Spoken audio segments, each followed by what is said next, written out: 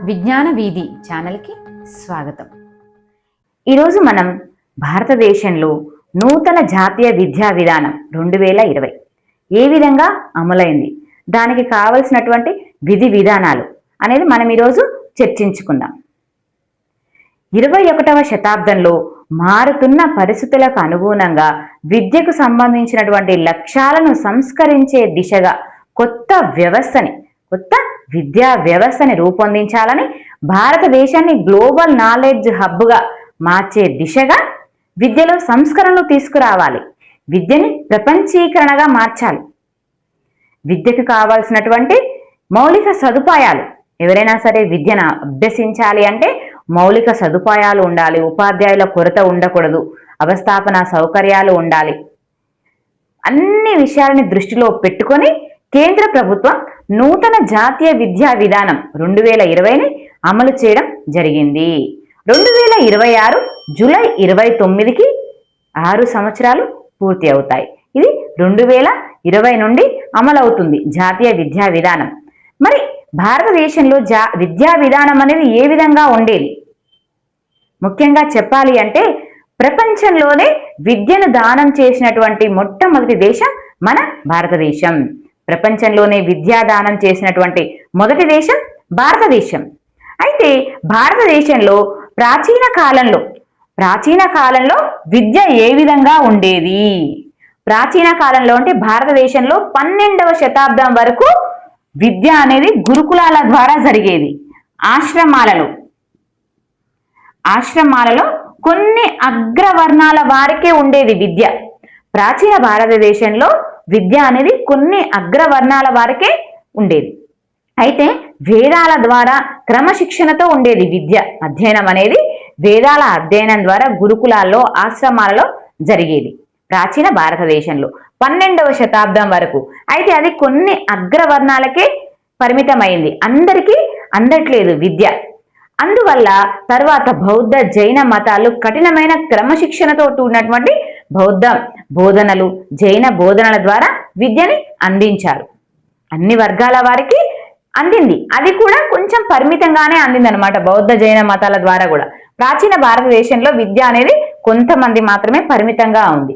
అయితే తర్వాతి కాలంలో మధ్యయుగ భారతదేశంలో 12వ శతాబ్దం నుండి 16వ శతాబ్దం వరకు విద్య అనేది ఏ విధంగా ఉండేదంటే, అప్పటికి మనకి ఇస్లాం మతస్థులు అనేది మన భారతదేశంలోనికి ప్రవేశించారు.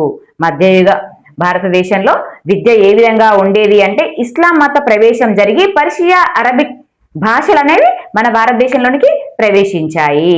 వారు ఇస్లాం మత వ్యాప్తి కోసం యువకులను తయారు చేయాలనేటువంటి ఉద్దేశంతో మత సంస్థలని ఏర్పాటు చేశారు. మదర్సాలని ఎక్కువగా ఏర్పాటు చేయడం జరిగింది మధ్యయుగ భారతదేశంలో. మదర్సాల ఏర్పాటు అనేది మధ్యయుగ భారతదేశంలో జరిగింది. ఇస్లాం, అరబిక్ భాషలు అనేవి, మన పర్షియా, అరబిక్ భాషలు అనేవి మన భారతదేశంలోనికి ప్రవేశించడం జరిగింది మధ్యయుగ భారతదేశంలో. తరువాతి కాలంలో ఆధునిక భారతదేశంలో బ్రిటిష్ వారి రాకతోటి, బ్రిటిష్ వారు ఏం చేశారు అంటే క్రైస్తవ మిషనరీల ఏర్పాటుతోటి ఆంగ్ల భాషకి ప్రాధాన్యం ఇవ్వడం జరిగింది. మధ్యయుగ భారతదేశంలో మదర్సాల ఏర్పాటు జరిగితే బ్రిటిష్ వారి రాకతోటి ఆంగ్ల భాషకి ప్రావీణ్యం పెరగడంతో పాటు క్రైస్తవ మిషనరీల స్థాపన అనేది జరిగింది. ముఖ్యంగా బ్రిటిష్ వారి రాక 17 నుండి 19వ శతాబ్దం వరకు ఆధునిక కాలంలో విద్య ఏ విధంగా ఉంది అంటే, మొదటగా బ్రిటిష్ వారు ముఖ్యంగా చేసినటువంటి సంస్కరణ ఏంటి అంటే, 1813లో చార్టర్ చట్టం ద్వారా 1,00,000 రూపాయలు విద్యకి కేటాయించడం అనేది ఒక గొప్ప సంస్కరణగా మనం చెప్పుకోవచ్చు. భారతదేశంలో విద్యా వ్యవస్థకి పునాది పడినట్లుగా చెప్పవచ్చు. 1813 చార్టర్ చట్టంలో 1,00,000 రూపాయలని విద్యకి కేటాయించడం జరిగింది. అయితే బ్రిటిష్ ప్రభుత్వ హయాంలో విద్యకు సంబంధించినటువంటి కమిటీలు ఏ విధంగా ఉన్నాయి, విద్యా వ్యవస్థలో ఏ విధంగా మార్పులకు గురి అయిందో మనం ఇప్పుడు ఒకసారి చూద్దాం.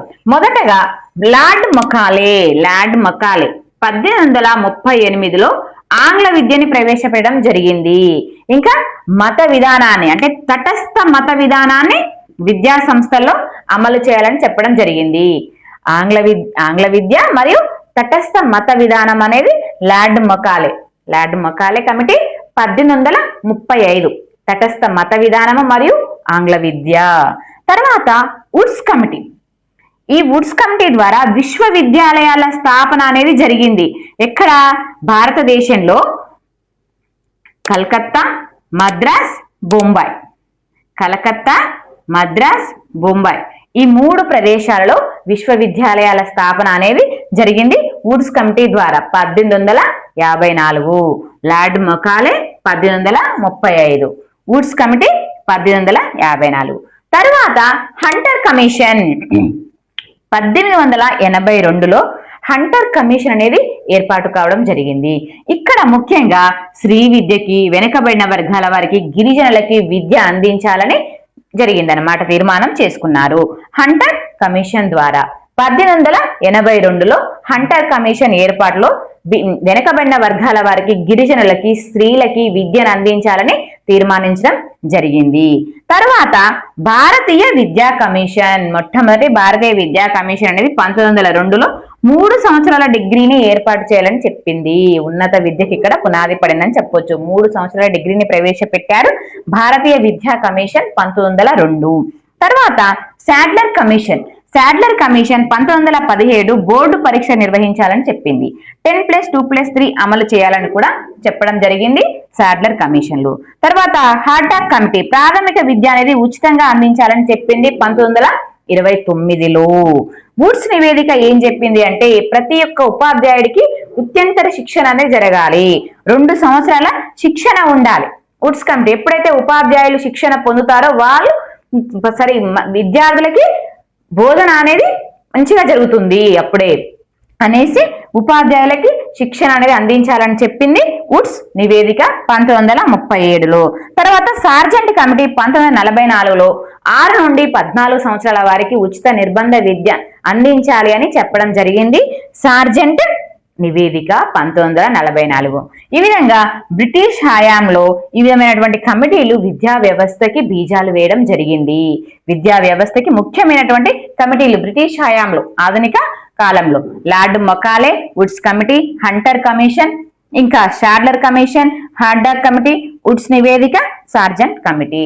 ఇది భారతదేశానికి స్వాతంత్రం రావడానికి పూర్వం జరిగినటువంటి కమిటీలు చేసినటువంటి చట్టాలు విద్యకి ఎంతో ప్రాధాన్యం ఇవ్వాలని సూచించాయి. ఎందుకంటే ఏ ప్రాంతమైనా సరే సామాజికంగా, ఆర్థికంగా అభివృద్ధి చెందాలి అంటే విద్యే చుక్కాని అని చెప్పినటువంటి సర్వేపల్లి రాధాకృష్ణన్ మాటలు మనం గుర్తు తెచ్చుకోవాలి. విద్య అనేది అంత కీలకమైనది. నాణ్యమైన పౌరులను తీర్చిదిద్దడానికి విద్య అనేది ముఖ్యమైనది. అయితే భారతదేశానికి స్వాతంత్రం వచ్చిన తర్వాత మొదలయార్ కమిటీ, కొఠారి కమిషన్లు ఏర్పాటు కావడం జరిగింది. అయితే కొఠారి కమిషన్ మనకి 10+2+3 విద్యా విధానాన్ని అమలు చేయడం జరిగింది. 10+2+3 అయితే 10th ఇంటర్ డిగ్రీ అని చెప్పింది. అయితే దానికంటే ముందు ఏ విధంగా ఉండేది మరి విద్యా వ్యవస్థ? కొఠారి కమిషన్ అప్పుడు 10+2+3 అయితే అంతకు ముందుకు 1964 ముందు వరకు కూడా 11+1+3 పాఠశాల విద్య ప్రీ యూనివర్సిటీ డిగ్రీ లాగా ఉండేది. 11+1+3 1964 కంటే ముందు. 64 తర్వాత కొఠారి కమిషన్ 10+2+3 అనేది చెప్పింది విద్యలో. 2020 జాతీయ విద్యాన అమలు వరకు కూడా మనం 10+2+3నే అమలు చేసేది. 1964 నుండి 2020 వరకు కూడా 10+2+3 విద్యా విధానమే అమలయ్యేది. అయితే భారత జాతీయ విద్యా వ్యవస్థలో సంస్కరణలు తీసుకురావాలి, విద్యార్థులందరికీ విద్యను అందించాలి, బయట ఎవరూ ఉండకూడదు అనేటటువంటి సదుద్దేశంతో మొట్టమొదటగా జాతీయ విద్యా విధానం 1968ని అమలు చేయడం జరిగింది. జాతీయ విద్యా విధానం కొఠారి కమిషన్ యొక్క సూచనల మేరకు భారత జాతీయ విద్యా విధానం మొట్టమొదటి నేషనల్ ఎడ్యుకేషన్ పాలసీ అనేది 1968లో అమలు కావడం జరిగింది. అయితే ఇది 10+2+3 విద్యా విధానాన్ని అమలు చేయాలని చెప్పింది. ఇంకా 14 సంవత్సరాల లోపు వారికి ఉచిత నిర్బంధ విద్యను అందించాలి. 14 సంవత్సరాల లోపు బాలబాలికలందరికీ కూడా ఉచిత నిర్బంధ విద్యని అందించాలి. త్రిభాషా సూత్రాన్ని పాటించాలని చెప్పింది. త్రిభాషా సూత్రం. అయితే త్రిభాషా సూత్రంలో ఏముంటాయి? మన రాష్ట్ర భాష, జాతీయ భాష, అంతర్జాతీయ భాష. త్రిభాషా సూత్రాన్ని పాటించాలని చెప్పింది. ఎందుకంటే ప్రపంచాన్ని చూడాలంటే ఆంగ్ల గవాక్ష నుంచే చూడాలని నెహ్రూ గారి మాటలకు అనుగుణంగా అందరూ ఆంగ్ల భాషను నేర్చుకోవాలి అని అంతర్జాతీయ భాషని, జాతీయ భాషని, రాష్ట్రీయ భాషని త్రిభాషా సూత్రంగా అమలు చేయాలని చెప్పడం జరిగింది. ముఖ్యంగా జీడిపిలో 6% విద్యకి కేటాయించాలని చెప్పింది జాతీయ విద్యా విధానం. కొఠారి కమిషన్ సూచనల మేరకు జీడిపిలో విద్యకి 6% కేటాయించాలని చెప్పడం జరిగింది. ఇంకా వయోజన విద్యను అందించాలని చెప్పింది జాతీయ విద్యా విధానం 1968. అయితే తర్వాతి క్రమంలో ఇది సరిపోదు, విద్యా వ్యవస్థను ఇంకా పటిష్టం చేయాలి, ఇంకా సంస్కరణలు తీసుకురావాలనేటువంటి సదుద్దేశంతో పివి నరసింహారావు గారు, రాజీవ్ గాంధీ గారు జాతీయ విద్యా విధానాన్ని 1986లో తీసుకురావడం జరిగింది, రెండవ జాతీయ విద్యా విధానం. అయితే అంతకు మునుపు ఏం జరిగింది అంటే 1976 కంటే ముందు విద్య అనేది రాష్ట్ర జాబితాలో ఉండేది. రాష్ట్ర జాబితాలో ఉంటే కేంద్రం మార్పులు తీసుకురావడం కష్టతరమయ్యేది. అందుకని ఇందిరాగాంధీ టైంలో 1976లో 42వ రాజ్యాంగ సవరణ ద్వారా విద్యని ఉమ్మడి జాబితాలోకి చేర్చడం జరిగింది. 1976 42వ రాజ్యాంగ సవరణ ద్వారా విద్యని ఉమ్మడి జాబితాలోకి చేర్చడం జరిగింది. అయితే ఇప్పుడు విద్య ఏ జాబితా అంటే ఉమ్మడి జాబితా. రాజ్యాంగం అమలులోకి వచ్చినప్పుడు విద్య రాష్ట్ర జాబితాలో ఉండేది. అయితే ఈ విధంగా రాజీవ్ గాంధీ, పివి నరసింహారావు గారి హయాంలో జాతీయ విద్యా విధానం 1986లో అమలు కావడం జరిగింది. ఇది రెండవ జాతీయ విద్యా విధానం. 10+2+3 అమలైంది. కొఠారి కమిషన్ లాగానే ఉంచడం జరిగింది. తర్వాత ఆపరేషన్ బ్లాక్ బోర్డును ప్రవేశపెట్టడం జరిగింది. ఇంకా గుణాత్మక విద్య అందరికీ అందించాలని చెప్పడం జరిగింది. ఇంకా ప్రాథమిక విద్య నిర్బంధంగా ఉండాలి. త్రిభాషా సూత్రాన్ని అమలు చేయాలని చెప్పింది. దూర విద్యని అందించాలి. ఎందుకంటే చాలా మందికి చదువుకోవాలని ఉంటున్నప్పటికీ కూడా పరిస్థితులు అనుకూలించకపోవడం వల్ల వారు బడికి దూరంగా ఉంటారు. అటువంటి వారికి దూర విద్య ద్వారానైనా కానీ విద్యని అభ్యసించగలగాలి. 1995 నాటికి 14 సంవత్సరాలు ఉన్న వారికి అందరికీ విద్య అందించాలనే లక్ష్యాన్ని పెట్టుకోవడం జరిగింది. ఇది మనకి జాతీయ విద్యా విధానం 1986. అయితే ఈ జాతీయ విద్యా విధానం అమలు తర్వాత మనకి విద్యా హక్కు చట్టం అనేది మనం ఇంతకు ముందుకు వీడియోలో కూడా మనం నేర్చుకోవడం జరిగింది. ఎందుకోసం అని అంటే మహాత్మా జ్యోతిబా పులే ఇక్కడ హంటర్ కమిషన్ కి మన ఒక తీర్మానాన్ని ఇవ్వడం జరిగింది. మొట్టమొదటగా 6 నుండి 14 సంవత్సరాల వరకు విద్యను అందించాలని. తర్వాతి క్రమంలో గోపాలకృష్ణ గోఖలే గారు కూడా చెప్పడం జరిగింది, విద్యార్థులకి 6 నుండి 14 సంవత్సరాల వరకు విద్యని నిర్బంధం చేయాలి అని. ఆ విధంగా అనేక మంది సలహాలు సూచనల దృష్ట్యా విద్య అనేది హక్కుగా మారింది. అంతకు ముందుకు రాజ్యాంగం అమల్లో ఉన్నప్పుడు ఆదేశిక సూత్రాల్లో ఉండేది విద్య. ఆదేశిక సూత్రాల్లో ఉన్న దానికి హైకోర్టు కానీ సుప్రీంకోర్టు కానీ రిట్స్ జారీ చేసే హక్కు లేదు. ఒకవేళ ఆదేశిక సూత్రాల్లో ఉన్నటువంటి అంశాలను కనుక ఉల్లంఘిస్తే హైకోర్టుకి సుప్రీంకోర్టుకి రిట్స్ జారీ చేసే అధికారం లేదు. అదే ప్రాథమిక హక్కుల్లో ఉన్నట్లయితే వాటికి రిట్స్ జారీ చేసే అధికారం ఉంటుంది.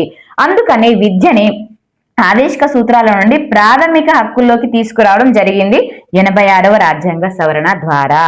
అది మనకి ఇది విద్యా హక్కు చట్టం 2009. ఇది 2010లో అమలు కావడం జరిగింది. 2010 నుండి అమలు అవుతుంది. అందులో 7 అధ్యాయాలు, 38 సెక్షన్లు, ఒక అనుబంధ షెడ్యూల్ తో ఉంటుంది. అక్కడ ఏం చెప్తుంది అంటే ఒక 5వ తరగతి వరకు చదివే పిల్లలకి 1 కిలోమీటర్ పరిధిలోపు పాఠశాల ఉండాలి, 10వ తరగతి లోపు 3 కిలోమీటర్ల పరిధిలో పాఠశాల ఉండాలి అని, ఉపాధ్యాయులకి అర్హత పరీక్ష నిర్వహించాలి అని, నియమ నిబంధనలు పాటించాలని, అది ఉల్లంఘించిన వారు ఈ చట్టం ప్రకారం వాటిని పూర్తి చేయాలి. ఏ పాఠశాలలు అయితే విద్యా హక్కు చట్టం పరిధిలో ఉండవో అవన్నీ కూడా విద్యా హక్కు చట్టం పరిధి ప్రకారమే అమలు కావాలి అని అనేక రకాల అంశాలను మనం ఈ విద్యా హక్కు చట్టం ద్వారా నేర్చుకోవడం జరిగింది. అయితే ఇది మనకి జాతీయ విద్యా విధానం 1968, రెండవ జాతీయ విద్యా విధానం 86, ఇంకా విద్యా హక్కు చట్టం. ఇవి మనకు విద్యకు సంబంధించినటువంటి అంశాలు. అయితే ఇవన్నీ కూడా ఇంకా ఏదో చాలా మంది విద్యార్థులు బయటే ఉంటున్నారు. నాణ్యమైన విద్య అందరికీ అందట్లేదు. సుస్థిరమైన విద్య అనేది అందరికీ అందాలి.